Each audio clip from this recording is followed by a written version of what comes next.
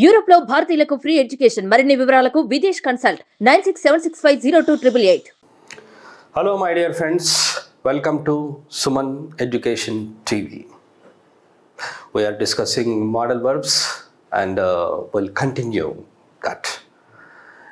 Previous వీడియోలో మీరు చూస్తే అందులో ఏం చెప్పానంటే మే మైట్ గురించి మనం డిస్కస్ చేసుకున్నాం. అయితే కంప్లీట్ అయిపోయిందా అంటే అది కంప్లీట్ అవ్వలేదు. మే మైట్లో మనం ఫస్ట్ సిచ్యువేషన్ మాత్రమే రాసుకున్నాం. Just I will right here heading may might. Two సిచ్యువేషన్స్లో ఫస్ట్ సిచ్యువేషన్ మనము కంప్లీట్ చేసాం. What we have to right now? We have to right situation 2.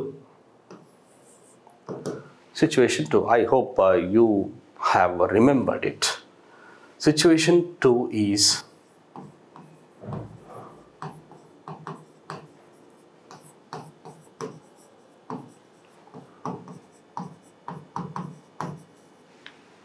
questions and permissions. Situation 2 చూసినట్టయితే అది మనము క్వశ్చన్స్ అండ్ పర్మిషన్స్ అనుకున్నాం. గుర్తుంది కదా మీకు? ఆల్రెడీ క్యాన్ కుడ్ కూడా మనం సేమ్ యూస్ చేస్తాం అన్నమాట. డిఫరెన్స్ ఎక్కడో ఉంది అని మీకు అనిపిస్తే డిఫరెన్స్ ఇక్కడ ఉంది చూడండి. Just see this. I will write structure.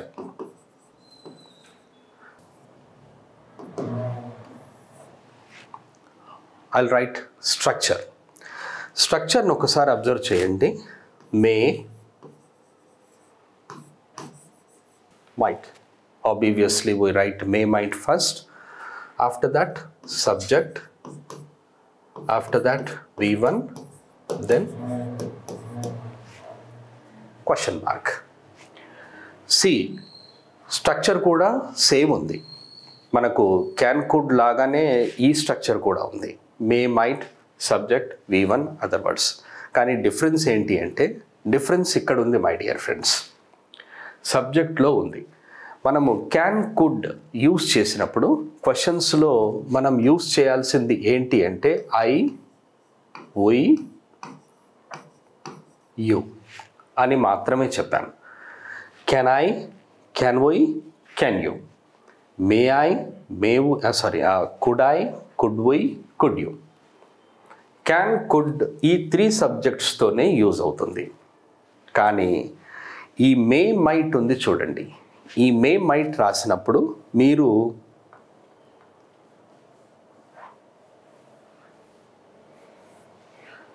You should not write you when you are writing may might sentences in questions. May మైట్తో మీరు క్వశ్చన్స్ స్టార్ట్ చేశారనుకోండి, క్వశ్చన్స్ యూజ్ చేసినప్పుడు ఏమవుతుందంటే మీరు ఐ, వి మాత్రమే రాయాలి. వేరే సబ్జెక్ట్స్ రావు. ఓన్లీ ఇప్పుడు మనం అక్కడ క్యాన్ యూ అన్నాము, కుడ్ యూ అన్నాము. మరి ఇక్కడ మీరు ఎప్పుడైనా విన్నారా మే యూ, మైట్ యూ అని విన్నారా ఎప్పుడైనా? No, you can't use. So may I, may we, might I, might we. And again I remind you of that మైట్ని మనం ఎక్కువగా యూస్ చేయం.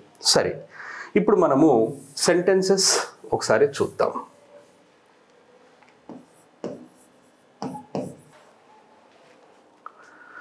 Look at the sentences with may and might. 2 subjects are used with this may I know your name. May I know your name అనేది బాగా use చేస్తాం చూడండి మనం. May I know your name. అలాగే ఈ సెంటెన్స్ని మరి మీరు మైట్ కూడా రాశారు కదా, మైట్ కూడా యూస్ చేయొచ్చా అని మీకు అనిపించవచ్చు. యాక్చువల్గా ఏంటంటే might I know your name అని కూడా అనొచ్చు. చాలామందికి తెలియదు అది. బట్ ఎలాగైతే నేను ముందు నుండి చెప్తున్నానో మైట్ని ఎక్కువగా యూస్ చెయ్యరు. మనము మేనే యూస్ చేస్తాం. మీరు చూడండి ఒకసారి.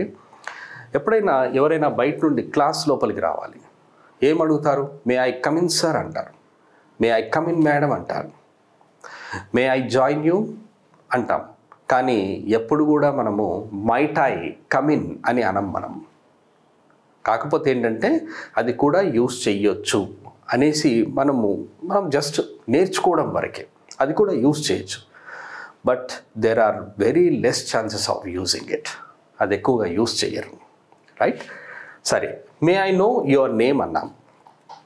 ఈ సెంటెన్స్ని మనము ఇక్కడ చూస్తే వై అని కూడా రాయొచ్చు.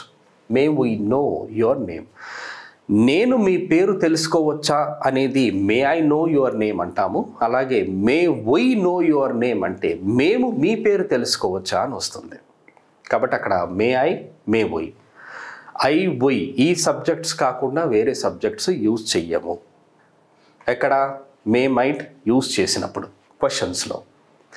అలాగే మైట్తో ఒక సెంటెన్స్ రాద్దాం.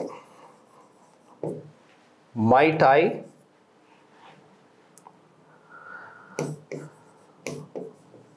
టేక్,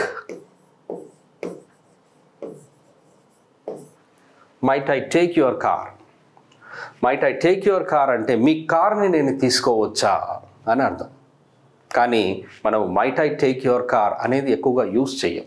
మనం యూజ్ చేసేది ఏంటి అంటే may I take your car. You are in need of a car, you want to use your neighbour's car, then you go and you ask this question, may I use your car, may I take your car అంటాం. అలాగే ఎవరినైనా drop చేయాలి ఎక్కడైనా, may I drop you at your residence, me residence దగ్గర నేను drop చేయొచ్చా అనేది. కాబట్టి మనం చెయ్యొచ్చా చేయకూడదా అనుకుంటాం. అంటే అవ్వచ్చు కాకపోవచ్చు అనుకునే సెంటెన్స్ ఏవైతే ఉంటాయో అవన్నీ కూడా మనము మే మైట్తోనే యూజ్ చేస్తాం.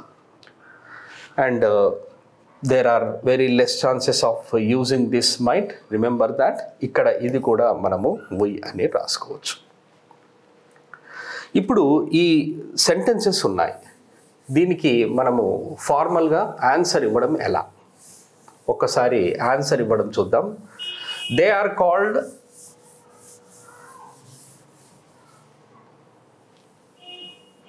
Answering expressions.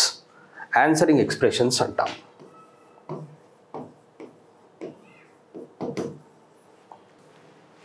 ఆన్సరింగ్ ఎక్స్ప్రెషన్స్ చూడండి, ఇక్కడ మనం సింపుల్ సెంటెన్స్ ఒకటి ఫామ్ చేద్దాం. ఇక్కడ may I know your name అన్నాం. May I know your name, మీ పేరు నేను తెలుసుకోవచ్చా? అప్పుడు ఆన్సర్ ఎలా చెప్పాలి అనేది ఆన్సరింగ్ ఎక్స్ప్రెషన్స్ కనుక మనం చూసినట్టయితే మనం ఇలా అనొచ్చు.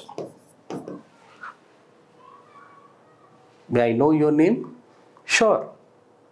అంటే నేను మీ పేరు తెలుసుకోవచ్చా అంటే అయ్యో తప్పకుండా తెలుసుకోవచ్చు అని, షూర్. ఇంకొకటి ఏమైనా ఉందా ఇలాంటి వర్డ్? దీన్ని ఎక్స్ప్రెషన్ అంటాం చూడండి. ఇది సెంటెన్స్ కాదు, ఇది ఎక్స్ప్రెషన్. షూర్ అన్నాం. అలాగే ఇక్కడ మనం ఎలా అనొచ్చు అంటే definitely.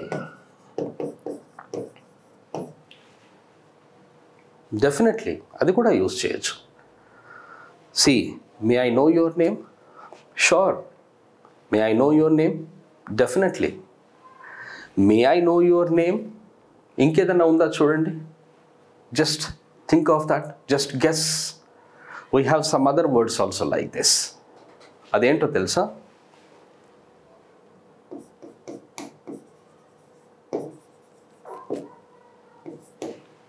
Why not? May I know your name? Why not అంటే నేను మీ పేరు తెలుసుకోవచ్చా అంటే అయ్యో ఎందుకు తెలుసుకోవద్దు అని అర్థం. వై నాట్ అనేది కూడా యూజ్ చేయొచ్చు. ఇంకా ఏదైనా వర్డ్ ఉందా చూడండి. ఇంకొక వర్డ్ కూడా ఉంది. You can see this by all means. By all means. By all means అనేది మంచి అఫీషియల్ ఎక్స్ప్రెషన్. మనకు language official language, unofficial language అని ఉంటుంది. మనం అన్అఫీషియల్ లాంగ్వేజ్ నేర్చుకోం, అఫీషియల్ లాంగ్వేజే నేర్చుకుంటాం. అయితే ఈ వర్డ్స్ అన్నీ అన్అఫీషియల్ వర్డ్స్ అని నేను అనను, కానీ ఇది యూజ్ చేస్తే చాలా హైఫై సెంటెన్స్ అనమాట, చాలా hi-fi expression. By all means అంటే ఏంటంటే తప్పకుండా అని అర్థం. అర్థం ఏంటి? May I know your name? By all means, తప్పకుండా. ఎప్పుడైనా ఇంటర్వ్యూలో అటెండ్ అయ్యారనుకోండి, అప్పుడు మిమ్మల్ని క్వశ్చన్ అడుగుతారు, may I have your self introduction please అన్నప్పుడు మీరు ఈ ఎక్స్ప్రెషన్ యూజ్ చేస్తే వాళ్ళు చాలా హ్యాపీగా ఫీల్ అవుతారు, ఎంత మంచి లాంగ్వేజ్ మాట్లాడుతున్నాడు అని. సరే, బై ఆల్ మీన్స్ అన్నాము. ఇంకా ఏదైనా మంచి మంచి ఎక్స్ప్రెషన్ ఉందా? Official expression. అంటే ఇంకొక ఎక్స్ప్రెషన్ కూడా ఉంది. అదేంటి అంటే ఇక్కడ రాస్తాను చూడండి, దట్ ఈస్ విత్ ప్లెజర్. చూడండి ఇందులో షూర్, డెఫినెట్లీ, వై నాట్ ఇవి కూడా యూస్ చేయొచ్చు. కానీ by all means, with pleasure అనే ఈ 2 సెంటెన్సెస్ కనుక మీరు యూస్ చేస్తే చాలా అఫీషియల్గా ఉంటుంది. అంటే ఫార్మల్ వర్డ్స్ అన్నమాట. మనకేమీ లేదు, ఫార్మల్ ఇన్ఫార్మల్ రెండే ఉంటాయి. కాకపోతే ఎవరు కూడా ఇన్ఫార్మల్ లాంగ్వేజ్ నేర్చుకోరు, ఫార్మల్ లాంగ్వేజే నేర్చుకుంటారు. సో మనం ఫార్మల్ వేలో మాట్లాడాలి. అలా మీకు ఇది అర్థమైంది అని అనుకుంటున్నాను. I hope you will use all the formal words and you polish your English and you start using good English from now onwards. I hope you have understood this. Thank you very much. Have a nice time.